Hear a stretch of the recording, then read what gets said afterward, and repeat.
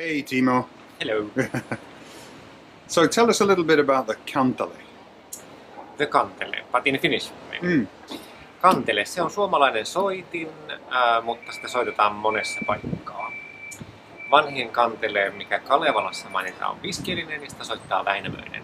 Mutta mä soitan vähän isompia kanteleita. Ja mulla on myös tässä showssa mukana siperialainen kantele, jonka nimi on Pynkyr. And the kantele has, different kanteles have different numbers of strings, is that right? So you have lots of different sizes. Joo, pienin kantele on viisikielinen ja sitten mun suurimmassa kantelessa on 40 kieltä. Ja vieläkin isompia kanteleita on olemassa, mutta täällä mulla on 19-kielinen ja viisikielinen. And what's the oldest known kantele?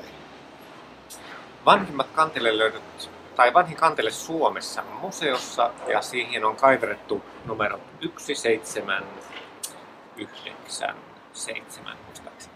Mutta vanhimmat arkeologiset kanteleet on Novgorodissa ja ne on 1000 vuotta vanhoja. And so when did you start playing? No, mä aloitin soittaa 7-vuotiaana Mikkelissä, mun kotikaupungissa, kanteleryhmässä. Okay, great, thank you.